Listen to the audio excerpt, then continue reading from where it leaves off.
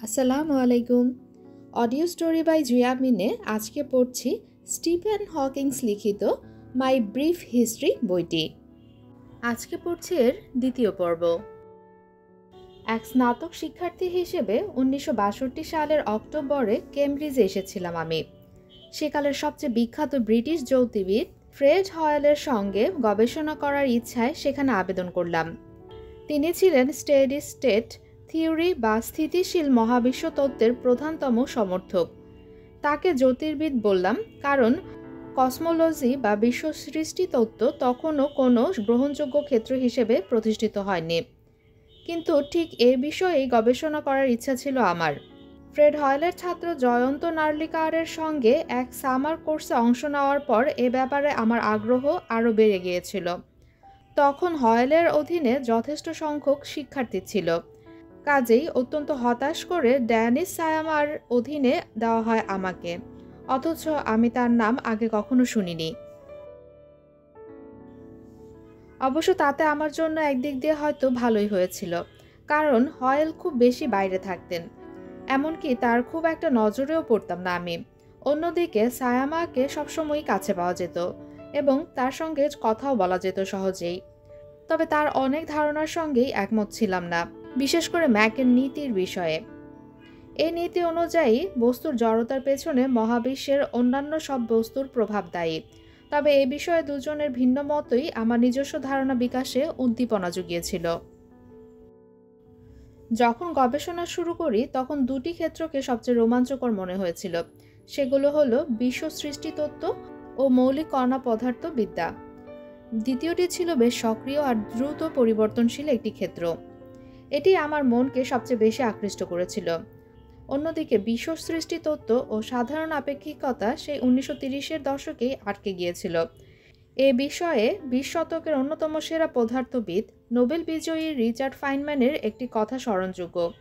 1962 সালে ওয়ারশতে সাধারণ আপেক্ষিকতা ও মহাকর্ষ বিষয়ক এক সম্মেলনে চমৎকার কিছু মন্তব্য করেছিলেন তিনি। স্ত্রীকে লেখা এক চিঠিতে তিনি বলেছিলেন, এই আলোচনা থেকে আমি কিছুই নিতে পারলাম না, কিছু শিখতেও পারলাম না। এ বিষয়ে তেমন গবেষণাও হচ্ছে না, এটি আর সক্রিয় নেই। তাই সামান্য কিছু মেধাবী মানুষ এখন এই ক্ষেত্রটিতে গবেষণা করছেন। ফলে এখানে মূর্খরাই, অর্থাৎ 126 জন এখন এর পৃষ্ঠপোষক। আমার রক্তচাপের জন্য এটা মোটেও ভালো ঠেকছে না। এর পরের বার মহাকর্ষ বিষয়ক কোনো সম্মেলনে যাতে না আসি, আমাকে সে কথা মনে করিয়ে দিও। গবেষণা শুরু করার সময় এসব বিষয়ে তেমন সচেতন ছিলাম না, কিন্তু আমার কাছে সে সময় মৌলিক কণা বিষয়ক গবেষণাটা উদ্ভিদবিদ্যা নিয়ে গবেষণা করার মতো সাঁতাবাঁটা মনে হয়েছিল। আলো ও ইলেকট্রনের তত্ত্ব, কোয়ান্টাম ইলেকট্রোডাইনামিক্স বা কণাবাদী বিদ্যুৎ গতিবিদ্যার কাজকারবার, রসায়ন ও পরমাণুর কাঠামো নিয়ে। এ বিষয়ে গবেষণা 1940 থেকে 1950-এর দশকেই পুরোপুরি শেষ হয়ে গিয়েছিল। তাই অন্য সবার নজর গিয়ে পড়ল পরমাণুর নিউক্লিয়াসে কণাগুলোর মধ্যকার দুর্বল আর সবল পারমাণবিক বলগুলোর উপর। কিন্তু অন্য বলগুলোর জন্য প্রযোজ্য একই ধরনের ফিল্ড থিওরি বা ক্ষেত্র তথ্য এ বলগুলোকে ব্যাখ্যা করতে পারছিল না। আসলে বিশেষ করে ক্যামব্রিজ স্কুলের ধারণা ছিল এ বলগুলোর জন্য কোনো ক্ষেত্র তত্ত্ব নেই। তাদের ধারণা অনুযায়ী সব কিছুই নির্ধারিত হয় ইউনিটারিটি বা একত্ব দিয়ে, অর্থাৎ সম্ভাবনার নিত্যতা ও কণাদের বিক্ষেপের নির্দিষ্ট চারিত্রিক বিন্যাসের মাধ্যমেই সবকিছু নির্ধারিত হয়। এখন ভাবতে মজাই লাগে যে তখন এই দৃষ্টিভঙ্গিটাই কার্যকর হবে বলে ধরে নেওয়া হয়েছিল।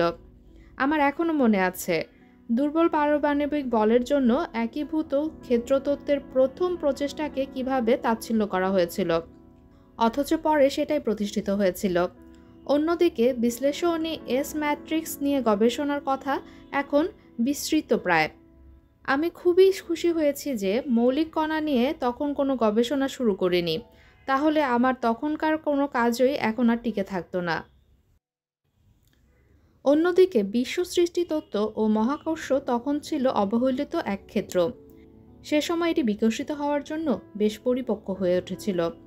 মৌলিক কণার জন্য কোনো সুসংজ্ঞায়িত তত্ত্ব না থাকলেও এই ক্ষেত্রটির জন্য এমন একটি তত্ত্ব ছিল, সেটি হলো আপেক্ষিকতার সাধারণ তত্ত্ব। কিন্তু একে অসম্ভব রকমের জটিল বলে ভাবা হতো। আইনস্টাইনের ক্ষেত্র সমীকরণের যে কোনো সমাধান পেলেই তখন লোকজন একেবারে বর্তে যেত। তাদের পাওয়া এই সমাধান তত্ত্বটিকে ব্যাখ্যা করতে বটে, তবে এই সমাধানের কোনো ভৌত তাৎপর্য আছে কিনা তা নিয়ে তাদের মাথা ব্যথা ছিল না। সাধারণ আপেক্ষিকতার এই সেকেলে দলের সঙ্গেই ওয়ারশোর সম্মেলনে মুখোমুখি হয়েছিলেন ফাইনম্যান। হাস্যকর ব্যাপার হচ্ছে, ওয়ারশোর এই সম্মেলনটি ফাইনম্যানের স্বীকৃতি পায়নি, অথচ সাধারণ আপেক্ষিকতার রেনেসা হিসেবে একে চিহ্নিত করা হয়েছে। তাই সে সময় একে স্বীকৃতি না দেওয়ার জন্য ফাইনম্যানকে ক্ষমা করা যেতে পারে। একসময় নতুন প্রজন্ম এই ক্ষেত্রটিতে আসতে শুরু করলো এবং সাধারণ আপেক্ষিকতা নিয়ে গবেষণার নতুন কিছু কেন্দ্রেরও জন্ম হতে দেখা গেল। এর মধ্যে দুটি কেন্দ্র ছিল আমার জন্য বিশেষভাবে গুরুত্বপূর্ণ। এর একটির অবস্থান ছিল জার্মানির হামবুর্গে বিজ্ঞানী প্যাসকেল জর্ডানের অধীনে। সেখানে আমি কখনো যাইনি, তবে সেখানে জন্ম নেওয়ার রুচিশীল গবেষণাপত্রগুলো দেখে মুগ্ধ হয়েছিলাম। সাধারণ আপেক্ষিকতা নিয়ে আগের বিদঘুটে কাজের তুলনায় এগুলো ছিল একেবারেই বিপরীত চরিত্রের। হারম্যান বন্ডির অধীনে লন্ডনের কিংস কলেজে ছিল আরেকটি কেন্দ্র। সেন্ট অ্যালবান্সে আমি গণিত নিয়ে তেমন চর্চা করিনি, আবার অক্সফোর্ডেও পদার্থবিদ্যার খুব সহজ কোর্স নিয়েছিলাম। সে কারণে সায়ামা আমাকে জ্যোতি পদার্থবিদ্যা নিয়ে গবেষণার পরামর্শ দিলেন। তবে ফ্রেড হয়েলের সঙ্গে কাজ করতে ব্যর্থ হয়ে অন্য কোনো বিরক্তিকর বা ফ্যারাডের ঘূর্ণনের মতো ভূকেন্দ্রিক কোনো বিষয়ে গবেষণায় আমার আগ্রহ ছিল না। কসমোলজি বা বিশ্ব সৃষ্টিতত্ত্ব নিয়ে কাজ করতে ক্যামব্রিজে গিয়েছিলাম, তাই শেষমেশ স্থির করে ফেললাম বিশ্ব সৃষ্টিতত্ত্ব নিয়েই কাজ করব, যে জন্য সাধারণ আপেক্ষিকতা নিয়ে লেখা পুরানো পাঠ্য বইগুলো পড়তে শুরু করলাম। পাশাপাশি সায়ামার অন্য 3 ছাত্রের সঙ্গে প্রতি সপ্তাহে লন্ডনের কিংস কলেজে লেকচার শুনতে যেতাম।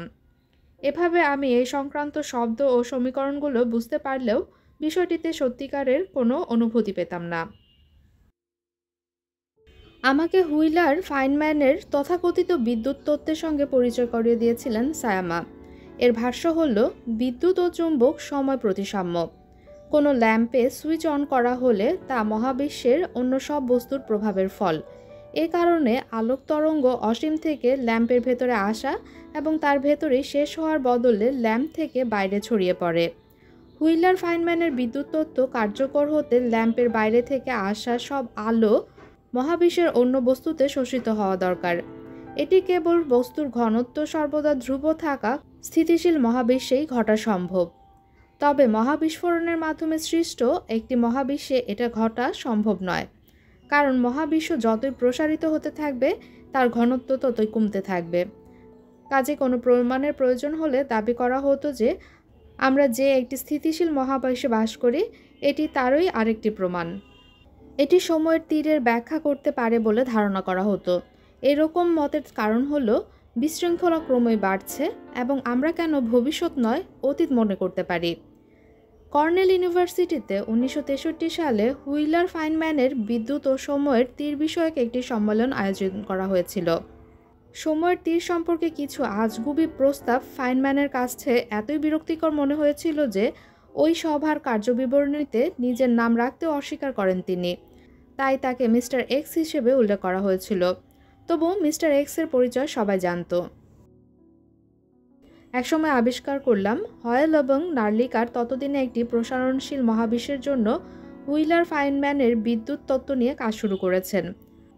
মহাকর্ষের সময় প্রতিসাম্যতা বিষয়ক একটি নতুন তত্ত্ব সূত্রবদ্ধ করতে শুরু করেছেন তারা। তত্ত্বটি 1964 সালে রয়্যাল সোসাইটির এক সভায় প্রকাশ করলেন হয়েল। সেই লেকচারে আমিও উপস্থিত ছিলাম। প্রশ্নোত্তর পর্বে আমি বললাম, কোনো স্থিতিশীল মহাবিশ্বে সব বস্তুর প্রভাবের ভর অসীম হয়ে যাবে। হয়েল প্রশ্ন ছুড়লেন, আমি কেন এই কথা বলছি? উত্তরে জানালাম, হিসাব করে বের করেছি। কিন্তু সবাই ভেবে বসলো আমি হয়তো বুঝিয়েছি যে ওই লেকচার চলাকালেই হিসাবটি মাথার মধ্যে বের করে ফেলেছি। আসলে নার্লিকারের সঙ্গে একটি অফিস ভাগাভাগি করতাম। সেখানে সময় সংক্রান্ত একটি গবেষণাপত্রের খসড়া দেখে এ সভার আগেই হিসাবটি করতে পেরেছিলাম। অবশ্য এই ঘটনায় হয়েল অগ্নিশর্মা হয়ে উঠলেন, কারণ সে সময় তিনি নিজের জন্য একটি ইনস্টিটিউট খোলার চেষ্টা করছিলেন। সেজন্য কোনো অর্থের যোগান না পেলে আমেরিকা চলে যাওয়ারও হুমকি দিয়ে রেখেছিলেন। তিনি ভেবেছিলেন তার পরিকল্পনাটি ভেস্তে দেওয়ার ষড়যন্ত্র করছি। শেষ পর্যন্ত তিনি তার ইনস্টিটিউট করতে পেরেছিলেন এবং পরে সেখানে আমাকে একটি চাকরিও দিয়েছিলেন। কাজে আমার সম্পর্কে তার কোনো বিদ্বেষ ছিল না বলেই মনে হয়। অক্সফোর্ডের শেষ বর্ষে খেয়াল করেছিলাম আমার দৈহিক জড়তা ক্রমেই বাড়ছে। একবার সিঁড়ি থেকে পড়ে গিয়ে চিকিৎসকের কাছে গেলাম। তিনি শুধু বললেন, বিয়ার ছেড়ে দাও। ক্যামব্রিজে আসার পর আমার এই জড়তা বেড়েই চলল। এক বড়দিনে সেন্ট অ্যালবান্সে হ্রদে স্কেট করতে গিয়ে নিচে পড়ে আর উঠতে পারি না। এইসব সমস্যা খেয়াল করে আমাকে পারিবারিক এক চিকিৎসকের কাছে নিয়ে গেলেন মা। তিনি এক বিশেষজ্ঞকে দেখানোর পরামর্শ দিলেন।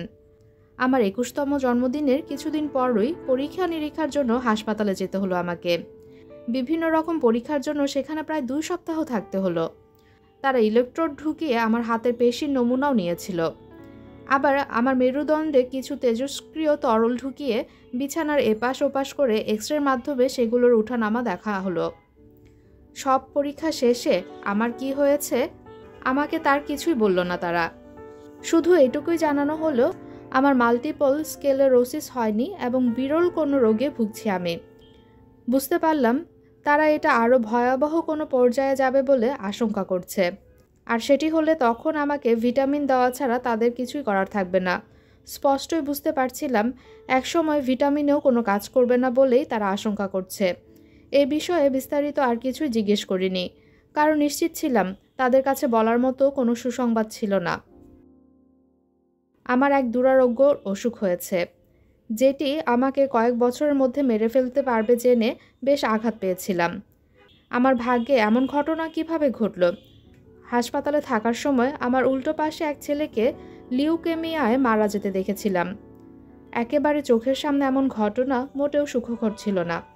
সত্যিই আমার চেয়েও অনেকে আরও খারাপ অবস্থায় আছে, অথচ এই অবস্থায় নিজেকে তো অন্তত অসুস্থ রোগী বলে মনে হয়নি। তাই নিজের ব্যাপারে কখনো দুঃখবোধ হলেই আমি মনে মনে ওই ছেলেটির কথা ভাবতাম। আমার কি হবে বা অসুখটা কতটা দ্রুত ছড়িয়ে পড়বে তা না জেনেই এক প্রকার হাল ছেড়ে দিয়েছিলাম। তবে চিকিৎসকেরা আমাকে ক্যামব্রিজে ফিরে গবেষণা চালিয়ে যেতে বললেন। তখন কেবল সাধারণ আপেক্ষিকতা আর বিশ্বসৃষ্টি তত্ত্ব নিয়ে গবেষণা শুরু করেছি আমি। কিন্তু কিছুতেই এগোতে পারছিলাম না, কারণ গণিতে আমার ভিত্তি তেমন ভালো ছিল না। আবার পিএইচডি শেষ করার জন্য যথেষ্ট সময় বাঁচব কি না সেই অনিশ্চয়তার মধ্যে কোনো কাজে মনোযোগ দেওয়াও কঠিন। স্বাভাবিকভাবেই নিজেকে কোনো বিয়োগান্তক নাটকের চরিত্র বলে মনে হচ্ছিল। আমি ভাগনারের সঙ্গীত শুনতে লাগলাম। সে সময় প্রচুর মদ পান করতাম বলে ম্যাগাজিনে কিছু লেখা ছাপা হয়েছিল। সেগুলো আসলে অতিরঞ্জিত। একবার একটি লেখায় কথাটি ছাপা হয়েছিল। লেখাটি বেশ ভালো খবর হওয়ার কারণে পরেরগুলোও সেটা থেকেই কপি করা হতে লাগলো। আর কোনো কিছু ছাপার অক্ষরে বারবার দেখা গেলে একসময় সবাই সেটাকেই নিশ্চিত সত্য বলে বিশ্বাস করে বসে। তবে আমার স্বপ্নগুলো সে সময় সত্যিই কিছুটা এলোমেলো হয়ে গিয়েছিল। এই রোগটা ধরা পড়ার আগে জীবন নিয়ে খুব বিষণ্ণ ছিলাম। কোনো কিছুই আর গুরুত্বপূর্ণ বলে মনে হতো না। কিন্তু হাসপাতাল থেকে ফেরার কিছুদিন পরেই স্বপ্ন দেখলাম আমার মৃত্যুদণ্ড কার্যকর করা হচ্ছে। হঠাৎ বুঝতে পারলাম আমার শাস্তি রদ করা হলে অনেক মূল্যবান কাজ করার আছে। আরেকটি স্বপ্ন বেশ কয়েকবার দেখেছি। সেটা হলো অন্যদের বাঁচাতে নিজের জীবন উৎসর্গ করছি আমি। মোট কথা, আমাকে যদি কোনোভাবে মরতেই হয় তাহলে ভালো কিছু করে যাওয়া দরকার। তবে আমি মরিনি। আসলে আমার ভবিষ্যৎ জীবন মেঘাচ্ছন্ন হলেও একসময় অবাক হয়ে দেখলাম জীবনকে বেশ উপভোগ করতে শুরু করেছি। এক্ষেত্রে সত্যিকার পরিবর্তনটা এসেছিল জেন ওয়াইল্ড নামে এক তরুণীর সঙ্গে সম্পর্কের পর। হাসপাতালে আমার ALS অর্থাৎ অ্যামিওট্রফিক লেটারাল স্ক্লেরোসিস সংক্রান্ত পরীক্ষা নিরীক্ষার সময় তার সঙ্গে প্রথম দেখা হয়েছিল। এটি আমাকে বেঁচে থাকার অবলম্বন জুগিয়েছিল। দুজনের বিয়ের জন্য আমার একটা চাকরি দরকার, তবে চাকরির জন্য আমাকে অবশ্যই পিএইচডি শেষ করতে হবে। কাজেই জীবনের প্রথমবার সত্যিকারের গবেষণা করতে শুরু করলাম। একসময় অবাক হয়ে দেখলাম এটা করতে আমার বেশ ভালো লাগছে। অবশ্য একে হয়তো কাজ বলাও ঠিক হবে না। কে যেন একবার বলেছিল, বিজ্ঞানী আর পতিতারা কাজের বিনিময়ে অর্থ পান, সেই সঙ্গে তারা কাজটাও উপভোগ করেন। পড়ালেখার সময় নিজের সহায়ক হবে ভেবে আমি রিসার্চ ফেলোশিপ হিসেবে গ্যানভিলে অ্যান্ড কিস কলেজে আবেদন করলাম। কলেজটি ক্যামব্রিজ বিশ্ববিদ্যালয়ের একদম লাগোয়া। ক্রমবর্ধমান দৈহিক জড়তার কারণে লেখা বা টাইপ করা আমার জন্য ক্রমে কষ্টকর হয়ে উঠছিল। তাই ভাবলাম আমার আবেদনটি জেন টাইপ করে দেবে। সে যখন ক্যামব্রিজে আমাকে দেখতে এলো তখন তার হাতে প্লাস্টার, ওর হাতটা ভেঙে গেছে। স্বীকার করছি, সে সময় আমার যতটা সমব্যথী হওয়া দরকার ছিল ততটা হতে পারেনি। তবে আমার নির্দেশনা অনুযায়ী বাঁ হাত দিয়েই সে আবেদনপত্রটি লিখতে পেরেছিল। পরে সেটা টাইপ করার জন্য আরেকজনকে পেয়েও গিয়েছিলাম। আবেদনপত্রে এমন দুজনের নাম দেওয়া দরকার ছিল যারা আমার গবেষণা সম্পর্কে সুপারিশ করতে পারবেন। আমার সুপারভাইজার পরামর্শ দিলেন আমি যেন হারমান বন্ডির সঙ্গে কথা বলে তার নাম দেই। বন্ডি তখন লন্ডনের কিংস কলেজের গণিতের অধ্যাপক এবং সাধারণ আপেক্ষিকতা বিষয়ে একজন বিশেষজ্ঞ। আমার একটি গবেষণাপত্র প্রসিডিংস অফ রয়্যাল সোসাইটি জার্নালে প্রকাশের জন্য জমা দিলেন তিনি। ক্যামব্রিজে এক বক্তৃতা দেওয়ার পর তাকে সুপারিশ করার কথা জিজ্ঞেস করলাম। তিনি আমার দিকে একবার ঘোলাটে চোখে তাকিয়ে রাজি হয়ে গেলেন। অথচ ওই কলেজ থেকে তাকে যখন সুপারিশের জন্য লেখা হলো তখন আমার কথা তার মনে ছিল না। তিনি জবাব দিয়েছিলেন আমার কথা নাকি কখনো শোনেননি। বর্তমানে অনেকেই কলেজে রিসার্চ ফেলোশিপের জন্য আবেদন করেছে, তাই কোনো সুপারিশকারী যদি একবার বলে বসেন তিনি আবেদনকারীকে চেনেন না, তাহলে তার সুযোগ ওখানেই শেষ। কিন্তু তখন দিনকাল বেশ শান্তিময় ছিল বলা যায়। কলেজ কর্তৃপক্ষ আমার সুপারিশকারীর তরফ থেকে বিব্রতকর ওই জবাবের কথা আমাকে লিখে জানালো। এ কথা শুনে বন্ডির সঙ্গে আমার সুপারভাইজার দেখা করে তার স্মৃতি চাঙ্গা করতে সক্ষম হন। পরে বন্ডি আমার জন্য সুপারিশ করে যা লিখেছিলেন আমি তার যোগ্য নই। যাই হোক, রিসার্চ ফেলোশিপ পেয়ে গেলাম এবং তখন থেকেই আমি কিস কলেজের আজীবন ফেলো। এই ফেলোশিপের মানে হলো জেন আর আমি এখন বিয়ে করতে পারবো। 1965 সালের জুলাইয়ে আমরা সেটা সেরেও ফেললাম। সাফোকে 1 সপ্তাহ মধুচন্দ্রিমা কাটালাম আমরা। তখন ওইটুকুই করার সামর্থ্য ছিল। পরে সাধারণ আপেক্ষিকতার এক সামার স্কুলে যোগ দিতে আমরা কর্নেল বিশ্ববিদ্যালয়ে গেলাম। অবশ্য এ কাজ করা একদমই ঠিক হয়নি। আমরা একটা ডরমিটরিতে ছিলাম। জায়গাটা তখন এক গাদা দম্পতি আর তাদের ছোট ছোট বাচ্চা কাচ্চার ভয়াবহ হইচইয়ে ভরপুর ছিল। আমাদের নবদম্পতির জন্য এটা এক ধরনের অত্যাচার বলেই মনে হয়েছিল। তবে অন্য দিক দিয়ে দেখলে ওই সামার স্কুলটি আমার বেশ কাজেও লেগেছিল, কারণ এক্ষেত্রে নেতৃস্থানীয় অনেকের সঙ্গেই দেখা হয়েছিল সেখানে। আমাদের বিয়ের সময় জেন লন্ডনের ওয়েস্টফিল্ড কলেজে আন্ডার গ্র্যাজুয়েট পড়ছিল, তাই ডিগ্রি সম্পন্ন করতে তাকে ক্যামব্রিজ থেকে সপ্তাহান্তে লন্ডনে যেতে হতো। অসুখের কারণে আমার মাংসপেশির দুর্বলতা বাড়তে লাগলো। এর মানে একসময় হাঁটাও আমার জন্য কঠিন হয়ে উঠল। কাজেই আমাদের এমন কোনো জায়গা খুঁজে বের করতে হলো যেখানে থেকে আমি নিজেই সব কিছু করতে পারবো। এই ব্যাপারে কলেজের সহায়তা চাইলাম। কোষাধ্যক্ষের মাধ্যমে জানানো হলো কলেজের নীতি অনুযায়ী কোনো ফেলোকে বাসস্থানের জন্য সহায়তা করা হয় না। তাই বাধ্য হয়ে মার্কেটের কাছে নির্মাণাধীন একগুচ্ছ নতুন ফ্ল্যাটের মধ্যে একটা ফ্ল্যাট ভাড়া নিতে নাম জমা দিলাম। জায়গাটা আমাদের জন্য বেশ সুবিধাজনক। অনেক বছর পর আবিষ্কার করলাম ওই ফ্ল্যাটগুলোর মালিক ছিল আসলে কলেজ কর্তৃপক্ষ, কিন্তু তারা আমাদেরকে সে কথা বলেনি। আমেরিকায় গ্রীষ্মকাল কাটিয়ে ক্যামব্রিজে ফিরে দেখলাম ফ্ল্যাটগুলো তখনও ব্যবহার উপযোগী হয়নি। এদিকে গ্র্যাজুয়েট শিক্ষার্থীদের হোস্টেলে আমাদের একটা রুম ভাড়া দেওয়ার প্রস্তাব দিলেন কলেজের সেই কোষাধ্যক্ষ। তার ভাবখানা এমন যেন আমাদের বিশাল কোনো ছাড় দিচ্ছেন। তিনি জানালেন সাধারণত এক রাতের জন্য আমরা এই রুমের ভাড়া নেই 12 সিলিং 6 পেন্স, কিন্তু আপনারা যেহেতু রুমে দুজন থাকবেন তাই মাত্র 25 সিলিং দিলেই হবে। আমরা কোনো মতে 3 রাত ছিলাম সেখানে। পরে বিশ্ববিদ্যালয়ের ডিপার্টমেন্ট থেকে মাত্র 100 গজ দূরে ছোট্ট একটা বাসার খুঁজে পেলাম। ওটা আবার আরেকটি কলেজের মালিকানায়। সেটা তাদের এক ফেলোর জন্য বরাদ্দ দেওয়া হয়েছিল, কিন্তু সম্প্রতি তিনি উপশহরে এক বাসায় চলে গেছেন। তার বরাদ্দের মেয়াদ তখনও 3 মাস বাকি। সে কারণেই আমাদের কাছে বাড়িটি ৩ মাসের জন্য সাবলেট দিলেন তিনি। এই ৩ মাসের ভেতর একই রাস্তায় আরেকটি খালি বাড়ি দেখতে পেলাম। এক প্রতিবেশী বাড়িটির মালিককে ডরসেন্ট থেকে ডেকে পাঠিয়ে বললেন, তরুণরা যেখানে থাকার জায়গা খুঁজে পাচ্ছে না, তখন বাড়ি খালি রাখা ভীষণ অন্যায়। কাজেই বাড়িওয়ালা ভদ্রমহিলা আমাদের কাছে বাড়িটি ভাড়া দিলেন। কয়েক বছর সেখানে থাকার পর বাড়িটি কিনে সংস্কার করতে চাইলাম। সেজন্য কলেজে একটি বন্ধকি ঋণের আবেদন করলাম। কলেজ কর্তৃপক্ষ সবকিছু দেখে কোনো ঝুঁকি নিতে চাইল না। কাজেই শেষ পর্যন্ত আমাদের অন্য জায়গা থেকে ঋণ নিতে হলো। বাড়িটি সংস্কারের জন্য আমার বাবা মাও টাকা দিয়েছিলেন। সে সময় কিস কলেজের পরিস্থিতিটা ছিল লেখক সিপি স্নোর উপন্যাসের পাতা থেকে উঠে আসা কোনো স্মৃতিচিহ্নের মতো। তথাকথিত কৃষক বিদ্রোহের পর থেকে সেখানে ফেলোশিপগুলোর মধ্যে একটা তিক্ত বিভাজন চলছিল। তাতে সিনিয়রদের অফিস থেকে হঠাতে অনেক জুনিয়র ফেলো জোট বেঁধে ভোট করে দিয়েছিলেন। সেখানে 2টি শিবিরে বিভক্ত ছিল, একদিকে পরিচালক আর কোষাধ্যক্ষের দল, অন্যদিকে প্রগতিশীল দল। একাডেমিক লক্ষ্য পূরণে প্রগতিশীল দলটি কলেজের বিপুল সম্পদ থেকে অর্থ বরাদ্দ বাড়ানোর পক্ষে ছিল। প্রগতিশীল দলটি কলেজ কাউন্সিলরের এক মিটিং থেকে সুবিধা নিতে পেরেছিল। সেই মিটিংয়ে আমাকে সহ 6 জন রিসার্চ ফেলো নির্বাচনের সময় পরিচালক ও কোষাধ্যক্ষ অনুপস্থিত ছিলেন। আমার প্রথম কলেজ মিটিংয়ের সময় কলেজ কাউন্সিলের নির্বাচন চলছিল। অন্য নতুন ফেলোদের আগে বলা হয়েছিল কাকে ভোট দিতে হবে, কিন্তু এ ব্যাপারে আমি পুরোপুরি নির্দোষ ছিলাম। তাই 2 দলের প্রার্থীকেই ভোট দিয়েছিলাম। সেবার কলেজ কাউন্সিলে প্রগতিশীল দল সংখ্যাগরিষ্ঠতা পেয়েছিল।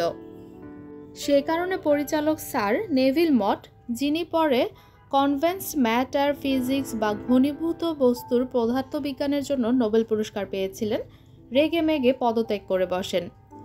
তবে এর পরের পরিচালক জোসেফ নিধেম, যিনি চীনের বিজ্ঞানের ইতিহাস নিয়ে বেশ কয়েক ভলিউম বইয়ের লেখক, সেই ক্ষত সারিয়ে তোলেন। তারপর থেকে কলেজটি আগের যে কোনো সময়ের তুলনায় শান্তিপূর্ণ ছিল বলা যায়। বিয়ের প্রায় 2 বছর পর আমাদের প্রথম সন্তান রবার্টের জন্ম হয়। তার জন্মের কিছুদিন পর তাকে সিয়াটলে এক বৈজ্ঞানিক সম্মেলনে নিয়ে গিয়েছিলাম। এটা ছিল আমাদের আরেকটা ভুল। আমার ক্রমবর্ধমান দৈহিক অক্ষমতার কারণে বাচ্চাটিকে আমি প্রায় কোনো সাহায্যই করতে পারতাম না। তাই জেনকে বাচ্চাটি একা একাই সামলাতে হচ্ছিল। তাতে ভীষণ ক্লান্ত হয়ে পড়েছিল সে। সিয়াটলের পর যুক্তরাষ্ট্রের আরও বেশ কয়েকটি জায়গায় ভ্রমণের কারণে তার ক্লান্তি জটিল আকার ধারণ করেছিল। রবার্ট এখন তার স্ত্রী কার্টিনা ও তাদের সন্তান জর্জ ও রোজকে নিয়ে যুক্তরাষ্ট্রের সিয়াটলেই থাকে। তাতে বেশ বোঝা যায় তখনকার সেই অভিজ্ঞতা তাকে ক্ষতবিক্ষত করতে পারেনি। প্রায় 3 বছর পর ম্যাটারনিটি হাসপাতাল হিসেবে ব্যবহৃত এক পুরনো ওয়ার্কহাউসে আমাদের দ্বিতীয় সন্তান লুসির জন্ম হয়। লুসি গর্ভে আসার পর আমাদের বাড়িটি সংস্কারের কাজ চলছিল, তাই সে সময় শুকনো খড়ে ছাওয়া এক বন্ধুর কটেজে উঠেছিলাম আমরা। তার জন্মের মাত্র কয়েকদিন আগে আমাদের নিজেদের বাড়িতে ফিরে এসেছিলাম। 1969 সালে জোসেফ ওয়েবার মহাকর্ষীয় তরঙ্গের বিস্ফোরণ পর্যবেক্ষণ করেছিলেন বলে জানা গিয়েছিল। সেটি করতে তিনি একটি বায়ুশূন্য পাত্রে 2টি অ্যালুমিনিয়াম দণ্ড ঝুলিয়ে একটি শনাক্তকারী যন্ত্র তৈরি করেছিলেন। একটি মহাকর্ষীয় তরঙ্গ যখন আসে তখন তা একদিকে বস্তুকে প্রসারিত করে, অর্থাৎ তরঙ্গটি যেদিকে যাচ্ছে সেই বরাবর, এবং অন্যদিকে বস্তুটিকে সংকুচিত করে দেয়, অর্থাৎ তরঙ্গটির সমকোণ বরাবর। ফলে ওই দ্বন্দ্ব দুটি তাদের অনুনাদিত কম্পাঙ্কে অর্থাৎ সেকেন্ডে 1660 সাইকেলে দুলতে থাকে। এইসব দোলন দণ্ডের সঙ্গে সংযুক্ত ক্রিস্টালের মাধ্যমে ওই তরঙ্গ শনাক্ত করা যেতে পারে। 1970 সালের দিকে আমি প্রিন্সটনের কাছে ওয়েবারের সঙ্গে দেখা করেছিলাম। তখন তার যন্ত্রপাতিগুলো পরীক্ষা করে দেখেছিলাম। আমার অদক্ষ চোখে তেমন কোনো ভুল দেখতে পাইনি, কিন্তু নিজের করা পরীক্ষার ফলগুলোকে বেশ তাৎপর্যপূর্ণ বলে দাবি করেছিলেন ওয়েবার। ওয়েবারের দণ্ডগুলোকে উত্তেজিত করার জন্য মহাকর্ষীয় তরঙ্গের বিস্ফোরণের সম্ভাব্য উৎসগুলোকে যথেষ্ট শক্তিশালী হতে হবে, আর ওই তরঙ্গের একমাত্র সম্ভাব্য উৎস হতে পারে কোনো অতি ভরের নক্ষত্রের ভেঙে পড়ে একটি কৃষ্ণ গহ্বরে পরিণত হওয়া অথবা দুটি কৃষ্ণ গহ্বরের সংঘর্ষ হয়ে তা একত্র হয়ে যাওয়া। আবার এসব উৎস কাছাকাছিও হওয়া দরকার, অন্তত আমাদের গ্যালাক্সি বা ছায়াপথের মধ্যে হতে হবে উৎসগুলো। আগের এক হিসাবে দেখা গেছে এ ধরনের ঘটনা প্রতি শতকে মাত্র একবারই ঘটতে পারে, অথচ ওয়েবার দাবি করছিলেন তিনি প্রতিদিন একটি বা দুটি বিস্ফোরণের ঘটনা দেখতে পাচ্ছেন। তার এ দাবির অর্থ দাঁড়ায় আমাদের গ্যালাক্সি এমন হারে ভর হারাচ্ছে যে তা গ্যালাক্সিটির জীবনকাল পর্যন্ত টিকতে পারবে না, অথবা এখন হয়তো এখানে কোনো গ্যালাক্সি আর বেঁচে নেই। ইংল্যান্ডে ফিরে আমি সিদ্ধান্ত নিলাম ওয়েভারের এই বিস্ময়কর দাবিগুলোর সত্যতা স্বাধীনভাবে পরীক্ষা করে দেখব। তাই আমার ছাত্র গ্যারি গিবসনকে নিয়ে আমি একটি গবেষণাপত্র লিখেছিলাম। গবেষণাপত্রটির বিষয়বস্তু ছিল মহাকর্ষীয় তরঙ্গের বিস্ফোরণ শনাক্তের তত্ত্ব। সেখানে আরও সংবেদনশীল একটি ডিটেক্টর বা শনাক্তকারী যন্ত্রের প্রস্তাব দিয়েছিলাম। ভেবে দেখলাম এ ধরনের কোনো ডিটেক্টর কারো একার পক্ষে বানানো সম্ভব নয়। তাই তখন গ্যারি আর আমি দুঃসাহসী এক পদক্ষেপ নিলাম। সায়েন্স রিসার্চ কাউন্সিলকে একটা আবেদন করলাম যাতে দুটো ডিটেক্টর বানানোর অর্থ বরাদ্দ দেওয়া হয়। একটা দরকার অন্তত দুটো ডিটেক্টরের মধ্যে কাকতালীয় কোনো ঘটনা পর্যবেক্ষণের জন্য, কারণ গোলমাল আর পৃথিবীর কম্পন থেকে সন্দেহজনক সংকেত আসতে পারে। গ্যারি যুদ্ধে বেঁচে যাওয়া আস্তাকুর থেকে যন্ত্র সংগ্রহ করে তা ঘষা মাজা করে বায়ুশূন্য চেম্বার হিসেবে ব্যবহারের চেষ্টা করল। পাশাপাশি একটি উপযুক্ত জায়গা খোঁজার কাজও চলতে লাগলো। একসময় ওয়েবারের দাবি পরীক্ষা করতে উৎসাহী অন্যান্য দলের সঙ্গে আমরা লন্ডনে সায়েন্স রিসার্চ কাউন্সিলের 13 তলায় একটি মিটিং করি। সায়েন্স রিসার্চ কাউন্সিল অন্ধবিশ্বাস মানতে পারত না, তারা আরও সস্তায় তা পেয়ে গিয়েছিল। এই প্রজেক্টের কাজ পেতে সেখানে আরও 2টি দল অপেক্ষা করছিল। কাজেই গ্যারি আর আমি আমাদের আবেদনপত্র প্রত্যাহার করে নিলাম। এভাবে সেবার অল্পের জন্য রক্ষা পেয়েছিলাম। সে সময় আমার দৈহিক অক্ষমতা দিন দিন বাড়ছিল, তাতে একজন পরীক্ষক হিসেবে আমার হতাশাও বাড়ছিল। আর পরীক্ষণীয় কোনো বিষয়ে কারো একার পক্ষে বিখ্যাত হওয়া খুব কঠিন, কারণ প্রায়ই কোনো একটা বড় দলের অংশ হয়ে একজনকে কাজ করতে হয়, আর এসব পরীক্ষায় অনেক সময় বছরের পর বছরও লেগে যায়। অন্যদিকে একজন তাত্ত্বিকের মাথায় হয়তো কোনো এক বিকেলে কিংবা বিছানায় শুয়ে থেকে, আমার ক্ষেত্রে যেমনটি ঘটেছিল, একটা ধারণা আসতে পারে। এরপর সে বিষয়ে তিনি নিজের একটি গবেষণাপত্র লিখতে পারেন কিংবা সহকর্মী 1-2জনকে নিয়ে বিখ্যাত হয়ে উঠতে পারেন। 1970-এর দশক থেকে মহাকর্ষ তরঙ্গ শনাক্তকারী যন্ত্রগুলো অনেক বেশি সূক্ষ্ম বা সংবেদনশীল হয়েছে। বর্তমানে ডিটেক্টরগুলো লেজার ব্যবহার করে সমকোণী 2 বাহুর দৈর্ঘ্য তুলনা করে। যুক্তরাষ্ট্রে এ ধরনের 2টি লাইগো ডিটেক্টর আছে। ওয়েবারের তুলনায় সেগুলো 10 মিলিয়ন গুণ বেশি সংবেদনশীল হলেও সেগুলো এখনও নির্ভরযোগ্যভাবে মহাকর্ষ তরঙ্গ শনাক্ত করতে পারেনি। সে কারণে একজন তাত্ত্বিক হয়ে থাকতে পেরে আমি সত্যিই আনন্দিত। 1960-এর দশকে বিশ্ব সৃষ্টি তত্ত্বে সবচেয়ে বড় প্রশ্নটি ছিল মহাবিশ্বের আদৌ কোনো শুরু আছে কিনা। স্বাভাবিকভাবেই অনেক বিজ্ঞানী এই ধারণার বিরোধিতা করেছিলেন। আবার বিগ ব্যাং বা মহাবিস্ফোরণ তত্ত্বেরও বিরোধী ছিলেন তারা, কারণ তাদের মনে হয়েছিল সৃষ্টির সূচনায় এমন কোনো বিন্দু থাকলে সেখানে বিজ্ঞান অকার্যকর হয়ে পড়বে। আবার তাতে মহাবিশ্ব কিভাবে শুরু হবে তা নির্ধারণের ভার ধর্ম আর ঈশ্বরের হাতেও চলে যাবে। কাজেই সেটি ঠেকাতে 2টি বিকল্প তত্ত্বের প্রস্তাব করা হয়েছিল। এদের মধ্যে একটি স্টেডি স্টেট থিওরি বা স্থিতিশীল মহাবিশ্ব তত্ত্ব। এই তত্ত্ব মতে মহাবিশ্ব সম্প্রসারিত হওয়ার সঙ্গে সঙ্গে তার গড় ঘনত্ব স্থির রাখতে ক্রমাগত নতুন পদার্থ তৈরি হচ্ছে। তবে সত্যি বলতে কি, স্থিতিশীল মহাবিশ্ব তত্ত্বের কখনোই কোনো মজবুত তাত্ত্বিক ভিত্তি ছিল না, কারণ তার জন্য পদার্থ তৈরি করতে একটি ঋণাত্মক শক্তি ক্ষেত্র থাকা প্রয়োজন। এটি এই তত্ত্বকে নড়বড়ে করে তোলে এবং পদার্থ ও ঋণাত্মক শক্তির উৎপাদনও অনিয়ন্ত্রিত হয়ে ওঠে।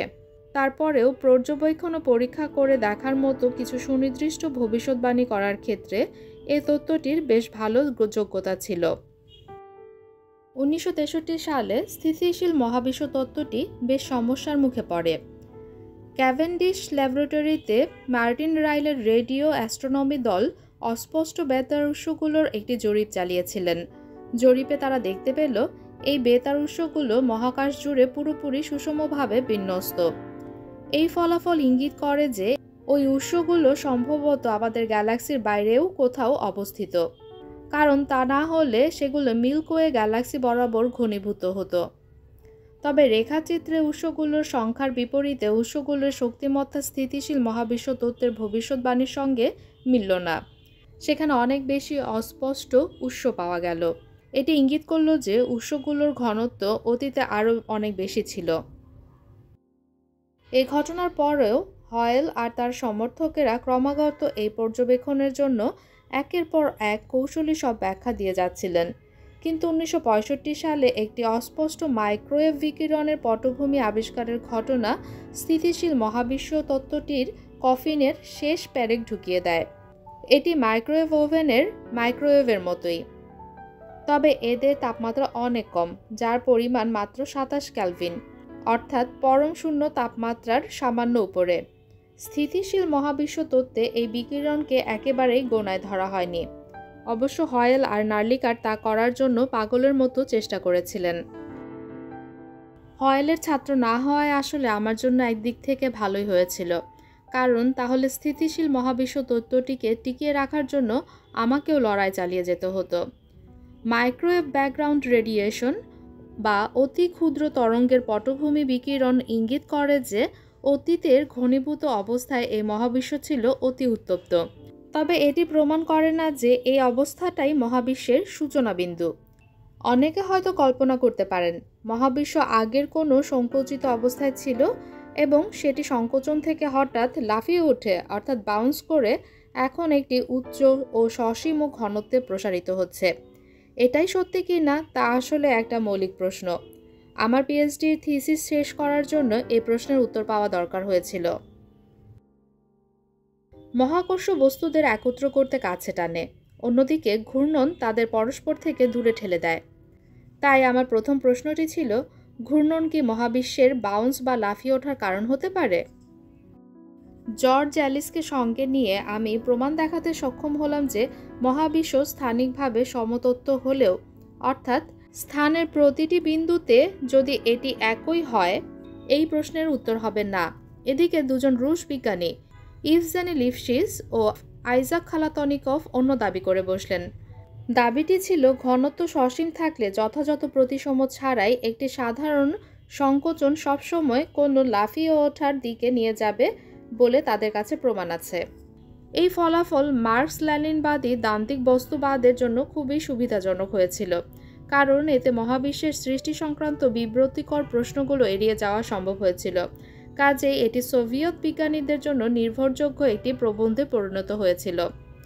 লিপশিজ আর খালাতনিকভ ছিলেন সাধারণ আপেক্ষিকতার প্রাচীনপন্থী দলের সদস্য, অর্থাৎ তারা অনেকগুলো সমীকরণ লিখেছিলেন এবং একটি সমাধান অনুমানের চেষ্টা করেছিলেন। তাদের পাওয়া সমাধানটি যে সবচেয়ে সাধারণ সমাধান সেটা পরিষ্কারভাবে জানা ছিল না। এদিকে রজার পেনরোজ এক নতুন পথের সন্ধান দিয়েছিলেন। সেখানে আইনস্টাইনের ক্ষেত্রেও সমীকরণগুলোর পরিপূর্ণ সমাধান দরকার ছিল না, বরং শুধু সাধারণ ধর্মগুলো যেমন শক্তি ধনাত্মক এবং মহাকর্ষের আকর্ষী বিষয়গুলোর ধরে নেওয়াই সেখানে যথেষ্ট ছিল। পেনরোজ এই বিষয়ে লন্ডন কিংস কলেজে 1965 সালে একটি সেমিনারে অংশ নিয়েছিলেন। ওই সেমিনারে আমি উপস্থিত না থাকলেও এ সম্পর্কে ব্র্যান্ডন কার্টারের কাছ থেকে বিস্তারিত শুনেছিলাম। তার সঙ্গেই সিলভার স্ট্রিটে ক্যামব্রিজের নতুন চালু হওয়া ফলিত গণিত ও তাত্ত্বিক পদার্থবিদ্যা বিভাগে দপ্তর শেয়ার করতাম আমি। প্রথমে বিষয়টি আমি বুঝতে পারিনি। পেনরোজ দেখালেন একটি মৃত্যুমুখী নক্ষত্র একটি নির্দিষ্ট ব্যাসার্ধে সংকুচিত হয়, তাতে সেখানে অবধারিতভাবে একটি সিঙ্গুলারিটি বা পরম বিন্দু থাকবেই, অর্থাৎ সিঙ্গুলারিটি এমন একটি বিন্দু যেখানে স্থান ও কালের সমাপ্তি ঘটবে। নিশ্চিতভাবেই ভাবলাম, আমরা এর মধ্যে জেনে গেছি যে একটি বিপুল ভরের শীতল নক্ষত্র নিজের মহাকর্ষের টানে নিজের মধ্যেই পতন বা সংকোচনকে কোনোভাবে ঠেকাতে পারবে না। নক্ষত্রটি একটি সসীম ঘনত্বের পরম বিন্দুতে পৌঁছার আগ পর্যন্ত এই সংকোচন চলতেই থাকবে। আসলে ওই সমীকরণগুলোর সমাধান করা হয়েছিল শুধু একটি নিখুঁত গোলাকার নক্ষত্রের পতনের জন্য। অথচ একটি সত্যিকারের নক্ষত্র কখনোই নিখুঁতভাবে গোলাকার হয় না। লিপশিজ আর খালাতনিকভ যদি সঠিক হতেন তাহলে নক্ষত্রটির পতনের সময় গোলাকার প্রতিসাম্যের পার্থক্য বেড়ে যেত। সে কারণে নক্ষত্রের বিভিন্ন অংশ পরস্পরের নাগাল পেত না। এর পরিণতিতে তা অসীম ঘনত্বের কোনো পরম বিন্দুতে পৌঁছাতে পারত না। পেনরোজ প্রমাণ দেখালেন তারা দুজনে ভুল করেছিলেন। গোলাকার প্রতিসাম্যের ছোট পার্থক্য কোনো পরম বিন্দুতে পরিণত হওয়া ঠেকাতে পারে না। বুঝতে পারলাম মহাবিশ্বের প্রসারণের ক্ষেত্রেও এই একই যুক্তি ব্যবহার করা যেতে পারে। সেই ক্ষেত্রে প্রমাণ করতে পেরেছিলাম যে স্থান কালেরও একটি সূচনা থাকবে, সেখানে পরম বিন্দুও থাকবে। তাই লিপশিজ ও খালাতনিকভ আরেকবার ভুল প্রমাণিত হলেন। সাধারণ আপেক্ষিকতা ভবিষ্যৎবাণী করে যে মহাবিশ্বের একটি সূচনা থাকা উচিত, প্রাপ্ত এই ফলাফল গির্জার চোখ এড়ানো সম্ভব হয়নি। পেনরোজ আর আমার আসল পরমবিন্দুর উপপাদ্যের জন্য অনুমানের দরকার ছিল যে কোনো এক সময়ে মহাবিশ্বের একটি পৃষ্ঠতল ছিল, এমন একটি পৃষ্ঠতল যেখানে প্রতিটি কণার গমনপথ একবার এবং শুধু একবারই পরস্পরকে ছেদ করে। কাজেই আমাদের প্রথম পরমবিন্দুর উপপাদ্য ব্যবহার করে সহজভাবে প্রমাণ করা সম্ভব হলো যে মহাবিশ্বের কোনো কোষীতল ছিল না। মজার ব্যাপার হচ্ছে এটি সময়ের কোনো সূচনা বা সমাপ্তি ছিল কিনা এখানে তা গুরুত্বপূর্ণ নয়। কাজেই পরমবিন্দুর উপপাদ্য প্রমাণ করতে পারে এমন কিছু উপায় বের করলাম যেখানে কোষীতলে কোনো অনুমানের প্রয়োজন হবে না। পরের 5 বছর রজার পেনরোজ, বব গেরোজ এবং আমি সাধারণ আপেক্ষিকতাতে কার্যকরণ সংক্রান্ত কাঠামো তত্ত্ব বিকশিত করলাম। সে এক চমৎকার অনুভূতি ছিল, কারণ পুরো ক্ষেত্রটি কার্যত আমাদের জন্য ছিল উন্মুক্ত। কণা পদার্থবিদ্যার তুলনায় এখানে একেবারেই উল্টো চিত্র। এখানে সর্বশেষ ধারণা পেতে তখন অনেকেই ঝাঁপিয়ে পড়েছিল, এখনও অনেকেই এই ক্ষেত্রটিতে এগিয়ে আসছে। এই বিষয় নিয়ে এক প্রবন্ধে কিছুটা লিখেছিলাম, যা 1966 সালে ক্যামব্রিজে অ্যাডামস পুরস্কার পেয়েছিল। এটি ছিল the large scale structure of space time শিরোনামের বইটির মূল বিষয়বস্তু। বইটি আমি জর্জ এলিসের সঙ্গে লিখেছিলাম। ক্যামব্রিজ ইউনিভার্সিটি প্রেস 1973 সালে এটা প্রকাশ করেছিল। বইটি এখনও ছাপা অবস্থায় পাওয়া যায়, কারণ এটি কার্যত স্থানকালের কার্যকারণ সংক্রান্ত কাঠামোর অর্থাৎ স্থানকালের কোনো মেরু অন্য বিন্দুগুলোর ঘটনাকে প্রভাবিত করে। তবে সাধারণ পাঠককে এ বিষয়ে কারো সঙ্গে আলোচনা করতে সাবধান করে দিচ্ছি, কারণ বইটি খুবই তাত্ত্বিক বিষয়ে লেখা। আমি যখন কঠোরভাবে খাঁটি গণিতবিদ হওয়ার চেষ্টা করলাম সেই সময়ের লেখা। এখন ন্যায়নিষ্ঠ হওয়ার চেয়ে আমি সঠিক হওয়ার পক্ষে। যাই হোক, কোয়ান্টাম ফিজিক্সে কঠোর হওয়া প্রায় অসম্ভব, কারণ পুরো ক্ষেত্রটি গড়ে উঠেছে এক অনিশ্চিত গাণিতিক ভিত্তির উপর। কৃষ্ণ গহ্বর বা কৃষ্ণ বিবরের ধারণা শুরু হয়েছিল প্রায় 200 বছরের বেশি সময় আগে।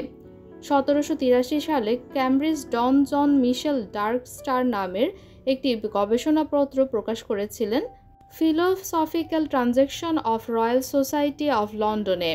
ওই লেখাতে তিনি ইঙ্গিত করেন একটি নক্ষত্র যথেষ্ট ভারী ও ঘন বিন্যস্ত হলে তার মহাকর্ষীয় ক্ষেত্র এতটাই শক্তিশালী হতে পারে যে সেখান থেকে আলো বেরিয়ে আসতে পারবে না।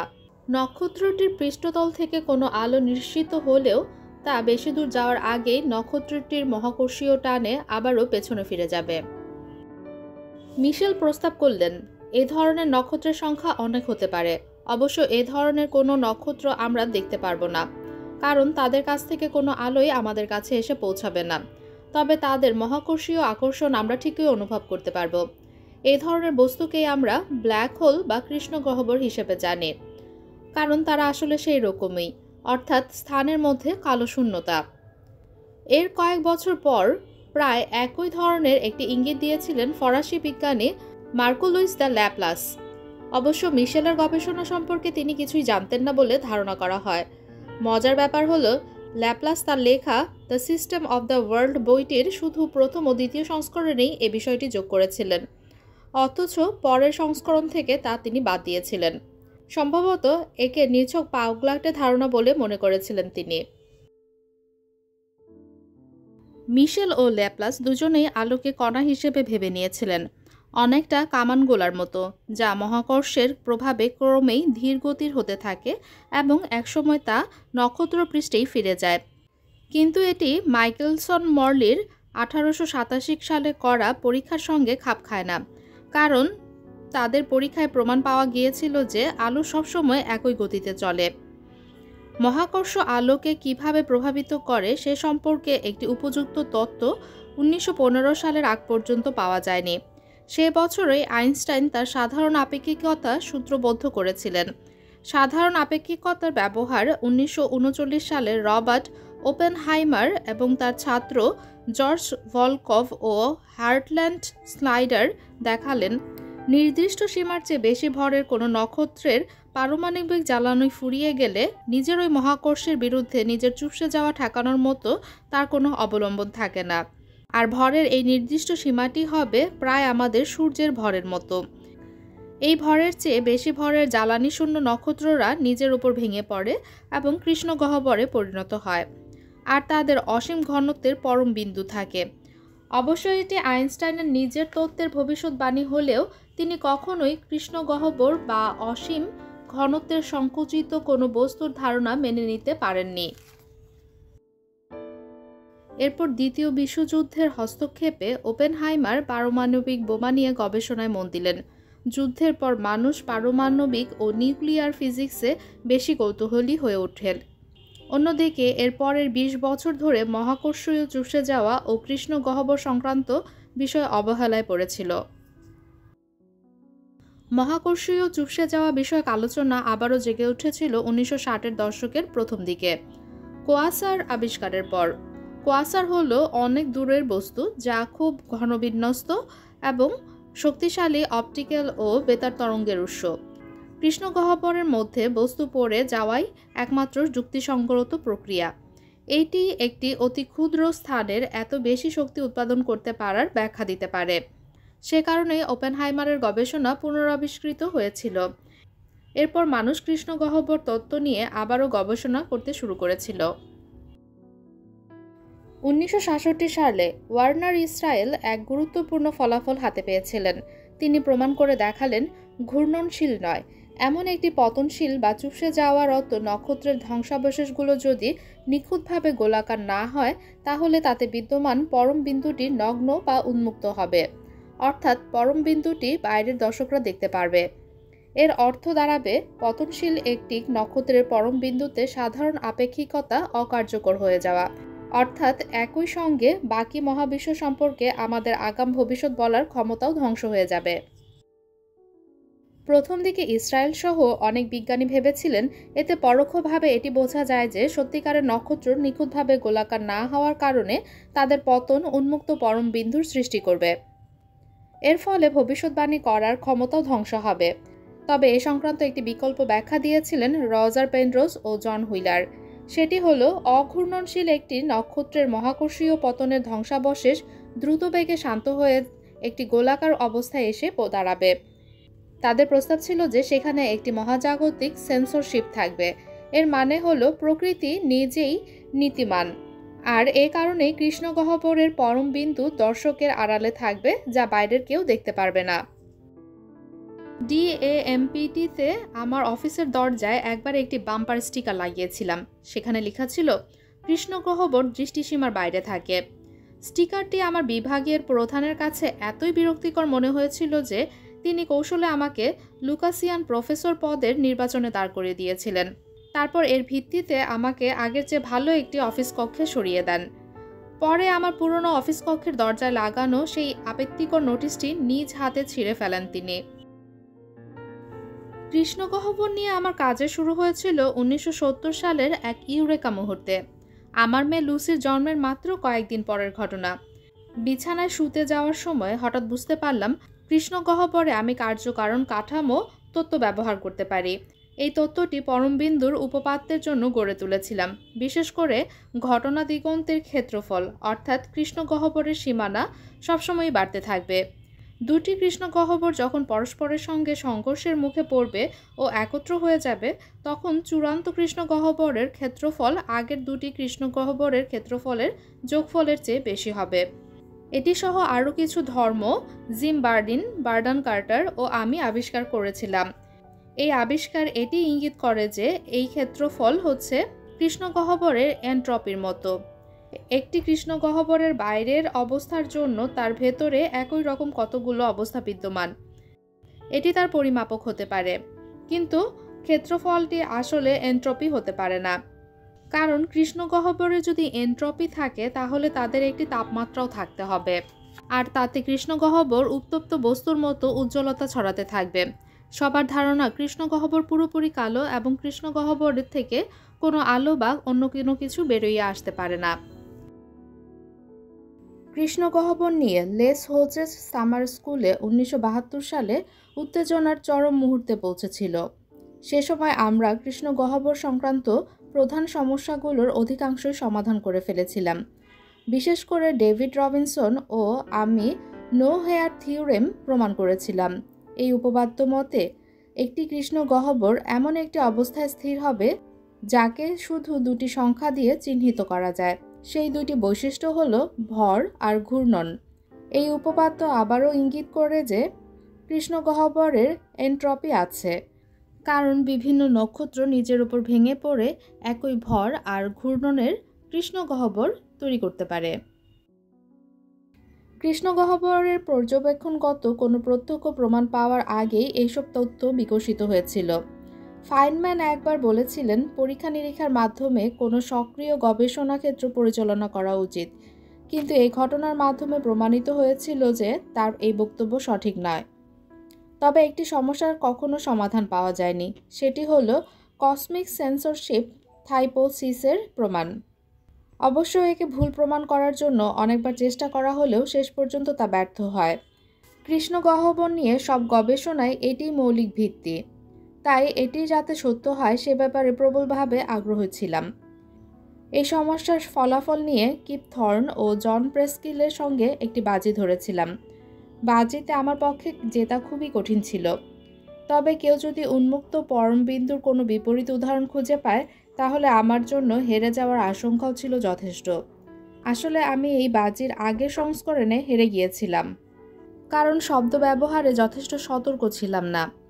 টি শার্টের বিনিময়ে একটা ফয়সালার প্রস্তাবও দিয়েছিলাম, তবে তাতে থর্ন আর প্রেস্কিলকে খুশি করা যায়নি। ধ্রুপদী সাধারণ আপেক্ষিকতার তত্ত্ব ব্যবহার করে আমরা বেশ সফলতা পেয়েছিলাম, কিন্তু 1973 সালের শেষের দিকে the large scale structure of speech time শিরোনামের গবেষণাপত্র প্রকাশের পর তত্ত্বটি নিয়ে কিছুটা দ্বিধান্বিত হয়ে গিয়েছিলাম। পেনরোজের সঙ্গে আমার গবেষণা প্রমাণ করেছিল যে সাধারণ আপেক্ষিকতা পরমবিন্দুতে অকার্যকর হয়ে যায়।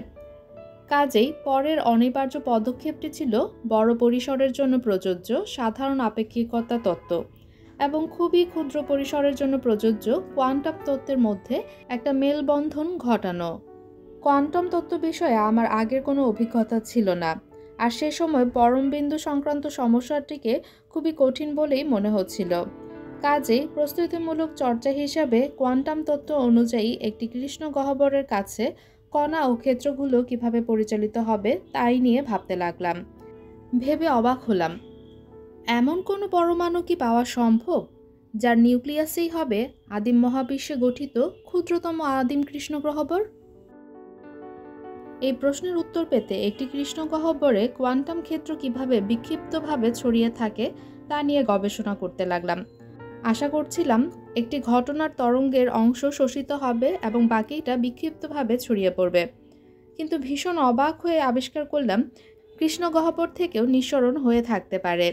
প্রথমে ভাবলাম এটা সম্ভবত আমার গণনার ভুলের কারণে হয়েছে, কিন্তু শেষ পর্যন্ত বিশ্বাস করতে বাধ্য হলাম যে সেটি সত্য ছিল এবং একটি কৃষ্ণগহ্বরের এনট্রপি সহ ঘটনা দিগন্তের ক্ষেত্রফল শনাক্তের জন্য যা দরকার ওই নিঃসরণটি ছিল অবিকল সেটিই। একে একটা সরল সূত্রে প্রকাশ করা যায়, যেখানে এস হলো এনট্রপি আর এ ঘটনা দিগন্তের ক্ষেত্রফল। এই সমীকরণে প্রকৃতির তিনটি মৌলিক ধ্রুবক আছে, সি আলোর বেগ, জি নিউটনের মহাকর্ষ ধ্রুবক এবং এইচ প্লাঙ্কের ধ্রুবক। এই সমীকরণ প্রকাশ করে যে মহাকর্ষ আর তাপবিদ্যা গতির মধ্যে একটি গভীর আর আগে কখনো ভাবা যায়নি এমন কোনো সম্পর্ক রয়েছে। একটি কৃষ্ণগহ্বর থেকে বিকিরণ নিঃসরণের মাধ্যমে সেখান থেকে শক্তি বেরিয়ে যায়। কাজেই কৃষ্ণগহ্বরটি ভর হারিয়ে একসময় সংকুচিত হয়ে যায়। এভাবে ধীরে ধীরে কৃষ্ণগহ্বর পুরোপুরি উবে একসময় হারিয়ে যাবে। এতে একটা সমস্যা মাথাচাড়া দিয়ে উঠছিল, যা পদার্থবিজ্ঞানের হৃৎপিণ্ডে আঘাত এনেছিল। আমার গণনায় দেখা যায় যে ঘটনা দিগন্তের ক্ষেত্রফল যদি কৃষ্ণগহ্বরের এন্ট্রপির সমান হয়, তাহলে এই বিকিরণ হবে তাপীয় এবং এলোমেলো। তাহলে কৃষ্ণগহ্বরটি কী দিয়ে গঠিত সে সংক্রান্ত সব তথ্য বিকিরণের মাধ্যমে কিভাবে বাকি থাকবে, আর তথ্যগুলো হারিয়ে গেলে সেটি কোয়ান্টাম বলবিদ্যার সঙ্গে খাপ খায় না। এই প্যারাডক্সটি নিয়ে ৩০ বছর ধরে বিতর্ক চলছে, কিন্তু আমি এ ব্যাপারে নতুন একটি সমাধান পাওয়ার আগ পর্যন্ত কোনো অগ্রগতি হয়নি। তথ্য হারাবে না, কিন্তু তাকে কার্যকরী কোনো উপায়ে ফিরিয়েও আনা যাবে না। বিষয়টি অনেকটা এনসাইক্লোপিডিয়া পুড়িয়ে ফেলার মতো। অর্থাৎ কেউ যদি শব্দ আর ছায়া জমিয়ে রেখে দেয়, তাহলে এনসাইক্লোপিডিয়ার মধ্যে থাকা তথ্যগুলো তাত্ত্বিকভাবে হারাবে না বটে, কিন্তু তার পাঠোদ্ধার করা খুবই কঠিন। আসলে এই ইনফরমেশন প্যারাডক্স নিয়ে জন প্রেস্কেলির সঙ্গে কিপ থর্ন আর আমি বাজি ধরেছিলাম। জন যখন এ বাজিতে জিতে গেল, তখন তাকে বেসবল এনসাইক্লোপিডিয়া দিয়েছিলাম। হয়তো তার বদলে তাকে আমার শুধু ছাই দেওয়া উচিত ছিল।